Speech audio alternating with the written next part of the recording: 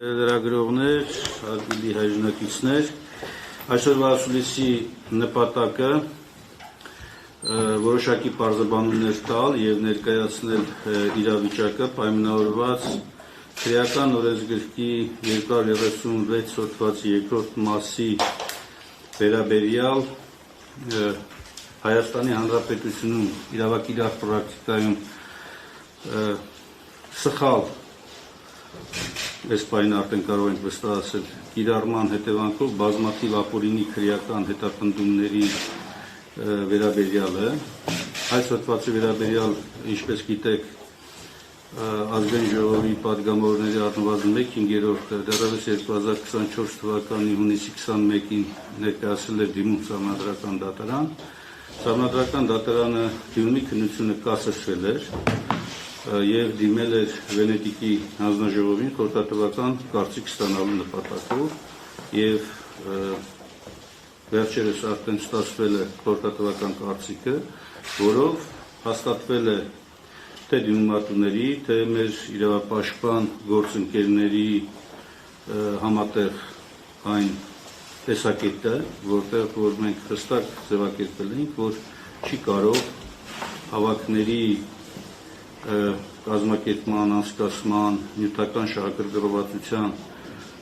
առկա ձևակերպումը քրեական օրենսգրքի լինել իրավաչափ, ավելին այն իր իրավական որոշակիության տեսակետից անհստակության բարձր աստիճանով օգտագործվել է քաղաքական իշխանությունների կողմից պատվեր իջեցնելու իրավապահ մարմիններին, որպեսզի հարուցվեն եւ իրականացվեն բազմաթիվ քրեական հետապնդումներ։ Ես ուզում եմ հիշեցնել, որ դրանով անցնում են թե քաղաքական կուսակցություններ, ինչպիսին Դաշնակցությունն է, թե շարժումներ եւ թե նաեւ անձինք, անհատներ եւ բազմաթիվ են դեպքերը, երբ որ ուղղակի իրավապահ մարմինները անտեսելով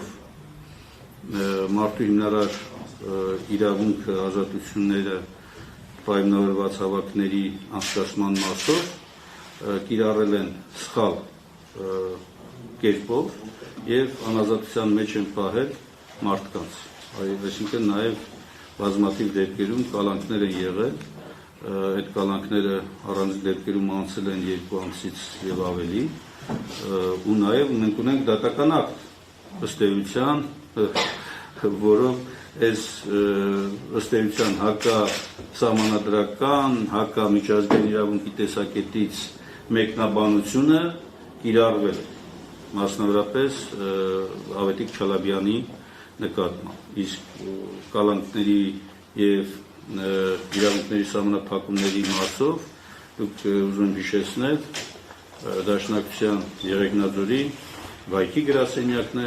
ենթարկվել ասպատակումների իրավապահ համակարգի կողմից, Արմավիրի գրասենյակն է ենթարկվել, Արարատի գրասենյակն է ենթարկվել, բազմաթիվ մեր կուսակցական ընկերներ, ներառյալ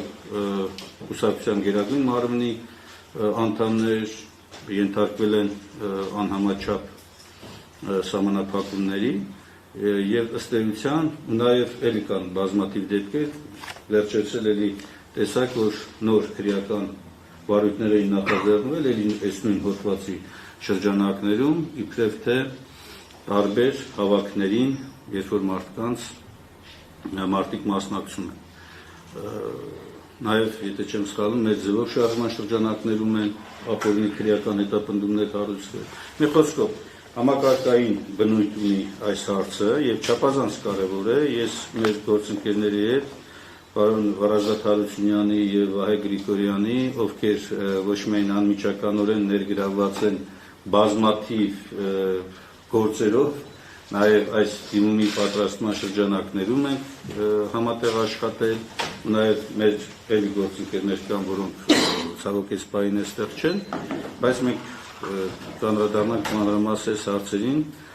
ես առաջարկում եմ Եթե մեր գործընկերները ավելացնելու բան ունեն անեն, հետո անցնենք հարցեր։ Որպեսզի նաև